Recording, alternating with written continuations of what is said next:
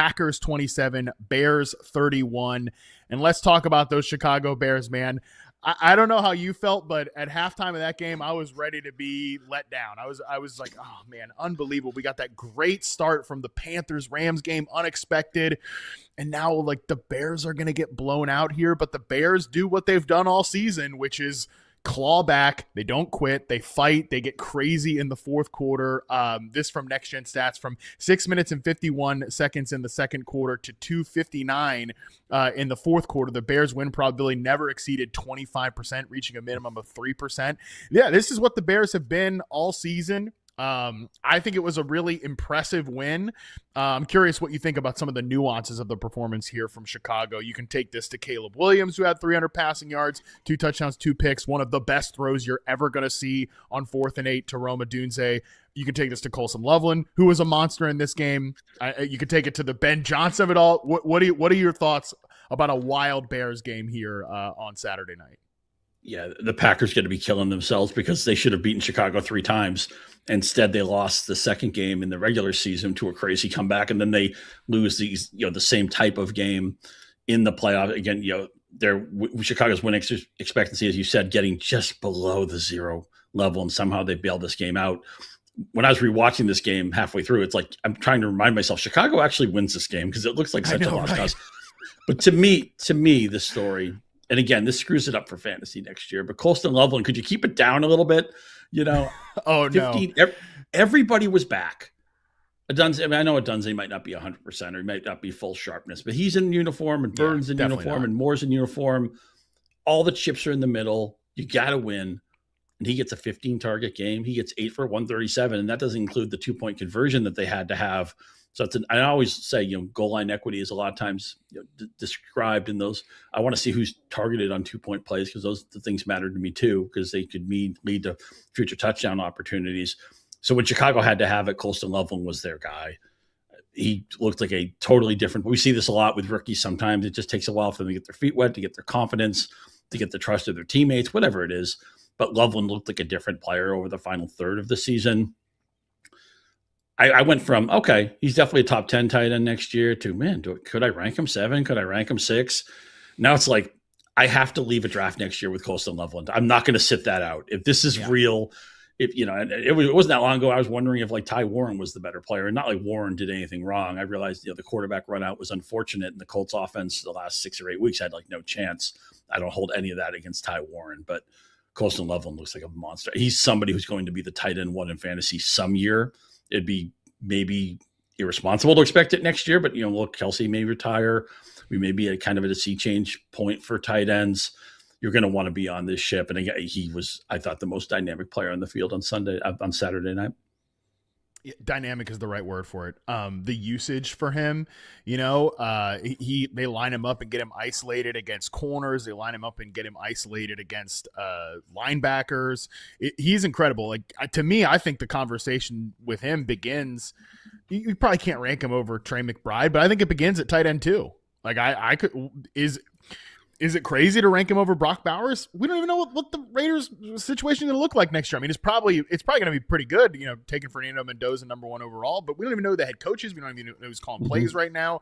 And I just think this Bears, to me, the lesson coming out of this game and the lesson coming out of this season for the Bears, regardless of what happens next week, and I really do think they have a chance against this Rams team. I think the way that Chicago wants to attack over the middle, they have big body, dynamic receivers on the outside, even if those guys aren't always perfect, and they were not perfect completely in this game. I mean, Luther Burden runs the wrong route on a dagger concept on the first interception for Caleb Williams, and it was still like not the best throw in the world, but that's what's happened all year with these wideouts is they've been up and down learning a very complicated new offense. Caleb Williams has been up and down. He was obviously very up and down in this game. But to me, the trajectory, even if it isn't every single snap consistently going up, it is trending in the right direction for me to be really excited about this Bears offense. And Colston Loveland is the guy that I would imagine right now, if we're thinking about 2026 fantasy drafts, will go off the board first, and I think deservedly so. He is such a dynamic talent, and I will want exposure to him. I will want exposure to the wideouts, especially if DJ Moore moves on in the offseason. But I mean, that is almost like we're going to have the same conversation again next week, Scott, because they won this game, and I think they showed you all the reasons why they're such a gritty, well-built operation under Ben Johnson and with Caleb Williams at quarterback. And I don't know about you, I thought the speech that Williams gave in the locker room where he got emotional talking about the coaching staff, I thought that to me almost made me more excited than anything I saw on the field on Saturday, because I just think there's it's like, oh, Caleb Williams, Ben Johnson, what's the dynamic going to be like? This is clearly a team that really believes and is bought in on what they're doing right now.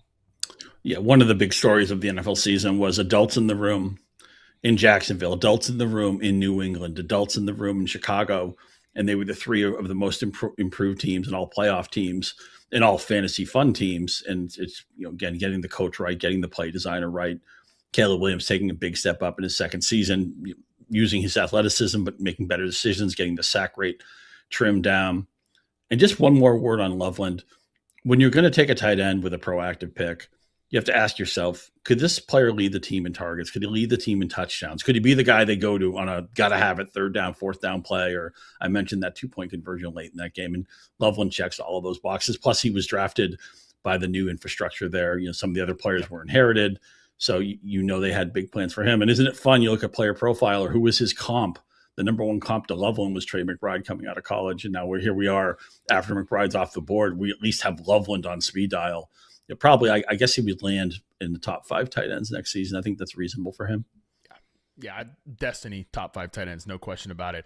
And yeah, again, Caleb Williams, that throw to Roma Dunze, I just got to say it again. It is one of the best throws you're ever going to see in your life. I mean, the situation, it's 4th and 8. How he gets that throw off is unbelievable. He's no feet on the ground. It's an insane throw. And that's like where he is at this point. He is going to have some horrible misses that drive you crazy. He's going to hold the ball a little bit. He's going to be a little too slow to trigger on things when they're open, especially when it's the primary read. If that stuff can ever get better, I mean, he is going to be one of the best quarterbacks in the league. He's not one of the best quarterbacks in the league right now. He is an up and down player, but it's like cons, he's going to miss some throws that are going to drive you crazy. Pros, when he hits the throws, they're the best throws that you've ever seen in your entire life. Like, that's who Caleb Williams is right now. Yeah, I mean, his sack rate went down from 10.8% to 4%. That's huge improvement. And his highlight tape might be the best highlight tape in the league right now. That's how great the arm talent is. And we're looking at 6 straight games with multiple touchdown passes. Some of the throws he made in that first Green Bay comeback win to force the overtime, the game winner to DJ Moore, those were, suitable for framing throws. And then he made a bunch of them in this game. And Caleb, the athleticism to extend plays, the willingness to keep his eyes downfield, the discipline to do that while not having the sack problem he had his rookie year. Yeah, Caleb got better this year, but it's still, he could easily be like a 5,000-yard passer. He could be like a 35, 38 touchdown guy. He hasn't become that player yet, but I think it's all in play for him. All the arrows pointing up. He's got the right guy orchestrating the offense, and now they're going to get to fill in pieces around him. It's just, after a 5-12 season first year, and again, he got dumped 68 times. You just can't live that way. But I'm excited. I feel like Caleb, he's not there yet, but man, he jumped a bunch of stairs this year. I mean, he made what you want is things moving in the right direction. You want to see the improvement. You want to see the better pocket awareness, and he's just checking so many boxes. And sometimes he's just going to win because he's such an exceptional athlete, and he can make throws that we're talking about. Josh Allen can make, Caleb Williams can make, maybe Stafford can make. 3 or 4 guys can make certain plays in this league. Caleb Williams is on that list. Let's talk about the Packers here, who I think their quarterback had an excellent game here as well. We showed the tweet earlier that a quarterback hasn't had this type of performance since Josh Allen and lost in the playoffs when we're talking about that 2021 divisional game. So that's where they are. I mean, there was a lot of talk after the game, like, is Matt LaFleur going to get fired? I understand why those conversations, might come up here, but at the same time, the reports from today from Adam Schefter are, though, that they're going to try to work out a deal in the coming days to keep Matt LaFleur, which I think that's the correct call. Look, I mean, I am the type of person, Scott, that has started to roll my eyes at when we defend a coach, we immediately we just go to, well, their side of the ball is good, and like, oh, look at the Packers EPA numbers. I think that's nonsense, because you're the head coach of the football team, and the football team does need to be better. But I think we can also use our brains here and realize there's a lot of context for this Packers season. You know, losing Tucker Kraft and Micah Parsons, like those are two of your best players on the team. And the whole reason they went out and got Micah Parsons, Scott, was so that they didn't have to be the team that lost in the first round of the playoffs because they would get that closer. Well, they don't have that guy. Like that was the whole point of this season. And obviously, like that happens. It's a reason. I don't think it's an excuse. I still think Matt LaFleur is the right guy to captain this ship. I think Jordan Love is the right quarterback. I think any conversation outside of that is probably one we can, I don't know, maybe you disagree, but I think it's mostly just like stuff made for talk shows, which is not what this show is. But what do you think the Packers need to do in the offseason? Like what should they put on this year? First of all, LaFleur, totally agree. This guy's won 65% of his games and gone to the playoffs every year but one since he took over this job in 2019. Now, I get why maybe Baltimore moved on from Harbaugh, or all the Tomlin discussions we get, because they've been there for 2 decades. Yeah. Sometimes you just need a different voice. Right. This is not – LaFleur hasn't been there so long that's like they're tuning him out or anything. It would be a folly to get rid of him. And I realize, like, some people are like, why were you throwing so aggressively at the end of the game? Just let Josh Jacobs, control it and take it home. Well, maybe Jacobs wasn't healthy. They did move the ball into field goal range.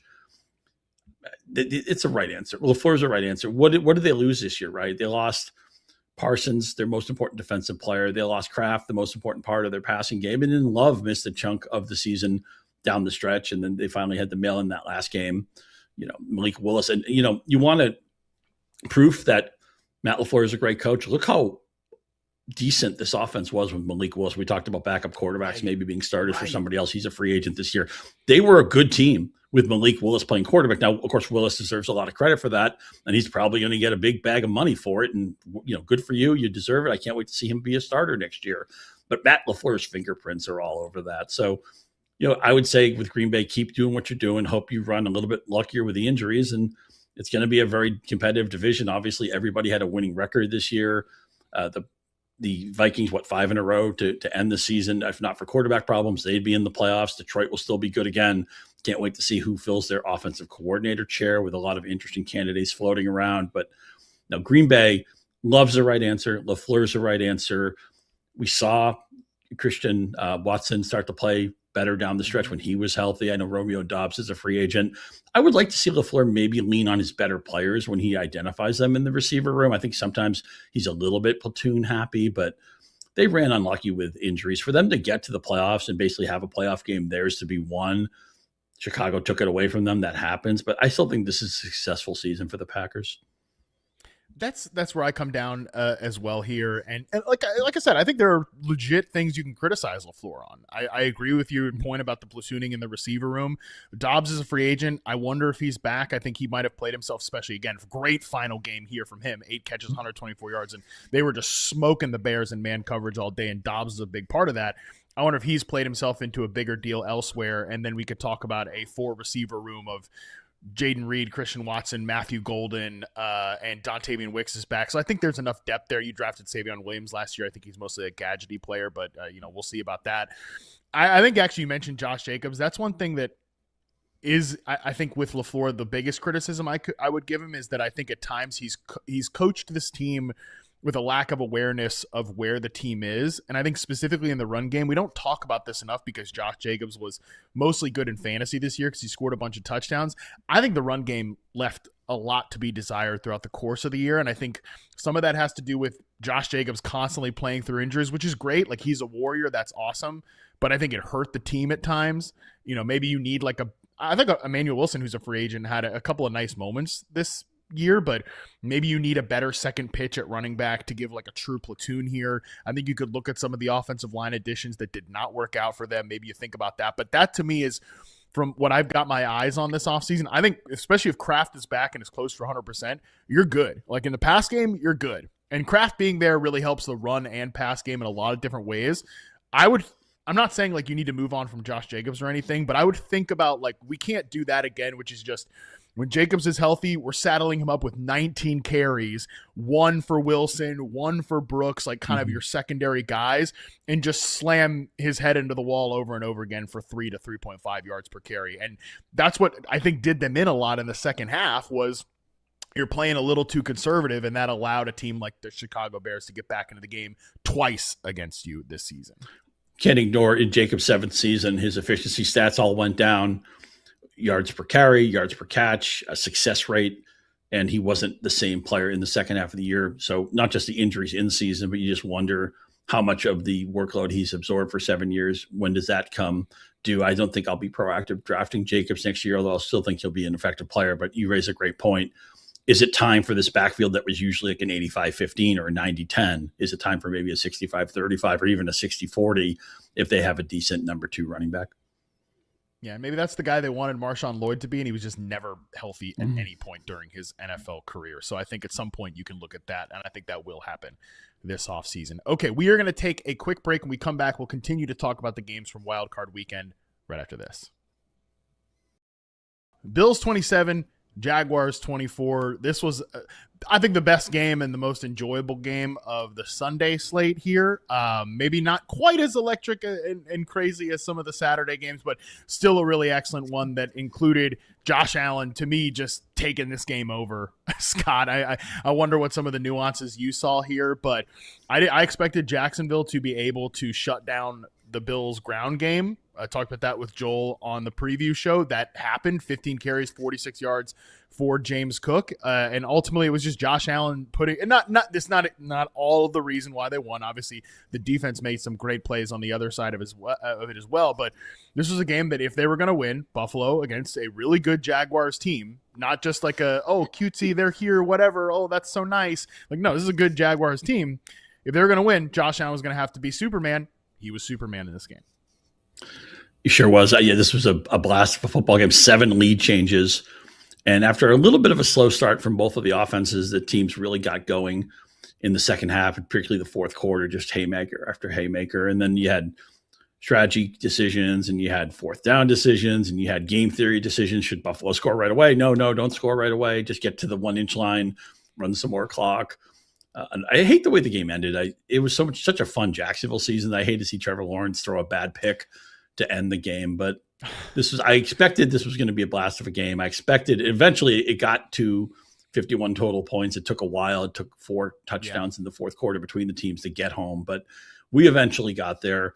Now with Buffalo, look, I realize everybody knows quarterback's the most important position in sports, but Buffalo can't win if Josh Allen isn't great every week. If Josh Allen's good against Denver, they're going to lose. If Josh Allen's good against Houston or Pittsburgh or New England, whoever they might meet in the previous, and then in the subsequent week, if they get past Denver, they're going to lose. We saw Josh Allen was sacked 8 times, I think it was, in the Houston game. He had struggles against Philadelphia in the game that they lost not long ago. So, look, I love Khalil Shakir, and man, shout out to a guy who catches all 12 of his targets. Of course, they only went for 82 yards. This team relying on Gabe Davis, relying on Tyrell Shavers, relying on Brandon Cooks. It's just where are the other guys? And I like Dalton Kincaid for what he is. I like Dawson Knox as a second tight end, but eventually they got away with it in this game. I think eventually it's going to catch up to them. I don't think they're going to win the AFC, even though everybody's petrified of Buffalo. I'm a New England fan. I'm on text threads with the Patriots, and we're talking about, well, at least they can't play Buffalo until the AFC Championship game. Would you rather see Denver or Buffalo win that game? And I'm not looking by any means past what New England's next game, because they're going to play a tough opponent. But Buffalo, it's just like you look at the team, they're flawed, and then Josh Allen erases everything else. Exactly. Like the stat we're showing on the screen right now, 26 touchdowns, 4 interceptions, the best ratio in NFL history in the NFL postseason, from Lev Akabis, I'm going to say. I probably might be butchering that, but it's a great stat. And that really goes – it was just funny. Like the whole – paying attention to stuff is stupid. But, again, on the talking head shows all week, it's like, well, if the Bills lose this game, it's on Josh Allen no matter how it goes. And then the opening stanza of the game, CBS, which – I got some thoughts about some of the stuff going on at CBS, but specifically one thing happening at CBS, but we'll table that for another conversation. They show the graphic of Josh Allen in the playoffs, first in this, first in this, first in this, first in that, first in this, and then by the end of the game, it's like, well, he's added another thing to his playoff ledger. a fourth quarter comeback final, 2-minute drill win here. So this is, yeah, you're right. They go as he goes, and he has been absolutely excellent. He had a 133.1 passer rating when trailing versus Jacksonville, as PFF shows us here. But that's it. Like, it's how good can Josh Allen be? That is the question. I do think the defense deserves some credit here. Tre'Davious White, that was pretty cool to see him get that last interception. Shaq Thompson had a great play on Trevor Lawrence's first interception over the middle. That was a really well read out play by him.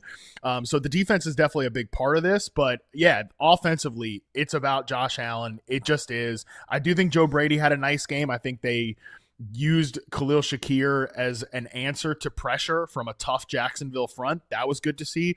And they designed a couple of shot plays down the field to the tight end. Big weekend for fake screens as well. DJ Moore scored off a fake screen for the Bears. Kincaid scored off a fake screen. So I think Brady gets a lot of crap, and Joe Brady, I do think, had himself a nice game against Jacksonville here. So yeah, like, this is the Bills' story. It has been that way all year. I think they're good enough to win a Super Bowl, but it's going to be tough with this formula for sure. You just are relying on your quarterback being absolutely perfect. I think right now they have the right guy to rely on that. I want to talk about the Jaguars here with you, Scott, because this is going to be one of the most interesting teams to talk about in the offseason, because I think we all want to bet on this team with Liam Cohen and what they showed on offense. What does the distribution look like for this team next year, both in the passing game and in the run game too, because Travis Etienne is a free agent here? Yeah, one of the things I had circled is Parker Washington, #good. He was their best player. He was their best player in this game, 7 for 107 and a touchdown on 12 targets. He has 12, 9, 10, and 10 targets his last 4 games. And this is with Thomas being healthier. This is with Brent Strange being part of the offense. This is with Etienne having his wings spread.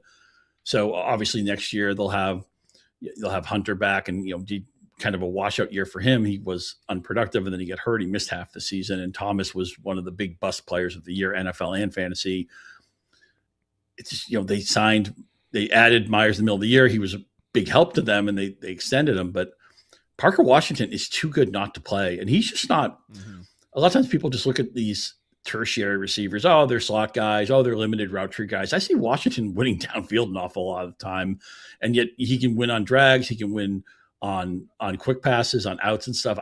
I want to see more of Parker Washington. He's somebody, I think, unlike maybe a Loveland, who he was too great, and you see Loveland at maybe the top of the tree in Chicago.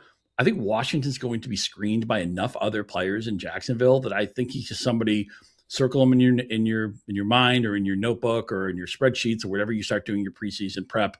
I think he'll be on a kind of quasi sleeper value list, whatever you want to call it. But he's somebody I can see drafting proactively, even understanding he's probably gained a few rounds in the last few weeks. He's somebody I'm excited about. No question. And this is going to be one of those ambiguous target trees where, well, I think there will be two, kind of big talking points about the Jacksonville wide receivers in the offseason. It's one, is BTJ going to be a trade candidate? I think he settled into an effective role for them, but it's a pretty limited role in the offense where it's X receiver only duties. And it's just you're not going to funnel a lot of targets to that position in this offense. And it's kind of hard to deny that they had a lot of good work with Myers. They had a lot of good work with Parker. Parker Washington I'm with you 100% legit good. I reposted my scouting report on him from Reception Perception during the game, and I kind of called him like a Bud Light Golden Tate player. And that depends on what do you remember Golden Tate as? Do you remember him as like the Lions pop gun slot receiver, or do you remember him as like a downfield contested catch player with the Seattle Seahawks early in his career? He's looked a lot more like that, the latter version of that so far. So, and not even Bud Light, just full ABV Golden Tate is what he's kind of looked like. And I think he's got enough staying power here. That's going to be the talking point. Is BTJ a trade candidate? And also, is Travis Hunter going to play more cornerback next year than wide receiver? Because that corner room did kind of let them down in a big spot here.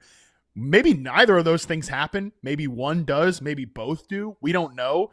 But I will say I'm definitely taking my shots at these pass catchers in fantasy next year, regardless of kind of who's on the docket, because it's just a good offense, man. And I think there's a lot of sustainability here, and you want to take your shots on ambiguous situations in good offenses. I know Thomas did have a touchdown in this game, but he only had 2 targets in all the chips in the middle, we win or we go home game. That's really unsettling to me. It's so funny you mentioned Golden Tate. I was out and about in the greater Detroit area, and there's at one point I was playing poker, and there was a debate about how good Golden Tate was. This went on for like 20 minutes. So it's people are passionate. People have different opinions on Golden Tate. I'm in the plus side. I remember him as a very good player, as one of those guys who his best seasons, he was good enough to get like Pro Bowl consideration. He was never going to be the best receiver in football. A lot of times he was the number 2 guy in his own team, but I remember him as somebody who I was always happy to draft in fantasy. And I think that if Washington can become even some version of that, 80% of that, 90% of that, I think that would be a big win. I'm afraid I've been spooked from Thomas that I can't draft him next year unless he really sinks like a stone. And I thought into this year, I wanted all the Brian Thomas. I feel lucky I didn't get more shares of him just for how my draft slots fell. But they're just going to go to who's open, who has good matchups, who's producing. They're not going to be like, okay, Brian Thomas is back 8 to 10 targets a night. It doesn't work that way. And, again, I talked about earlier adults in the room, and, I mentioned Chicago, New England, and Jacksonville. It's just so nice that Liam Cohen is a right answer here. And they have a team, finally we saw that Trevor Lawrence over the past 2 or 3 months be the star that he was projected to be. He was obviously very good in fantasy and will be a proactive pick. What's your gut on ETN? Because did he do enough for them to make a proactive pitch at him, or do they just think, okay, running back, it's fungible? Tootin had moments, including in this game, that maybe he can be their starter next year. What do you anticipate with their backfield? I think they'll have a conversation to potentially get him back. I actually think they're probably kicking themselves coming out of this game that they didn't run the ball more. 75% of Bajal Tutin's carries went for 10-plus yards, 20% for ETN. I think they probably could have stuck with that a little bit more in the second half. But my one thought, too, would be, again, free agent, probably want to have a conversation to bring him back because he was that good for them this year. And, I don't know what the contract looks like, but I also think they do need to think about the offensive line as well. I'd love to see them get like really strong up front, much like the Bucs were under Liam Cohen's 1 year there. And I think that can actually make this offense feel even more consistent because it wasn't a consistent offense by any means this year. But I think the run game was a bright spot. I'd like to see ETN back with this team. Do you kind of feel quickly the same way? Continuity is always what I want when we're talking about good players. So that's my preference. But I'm not sure what they'll do.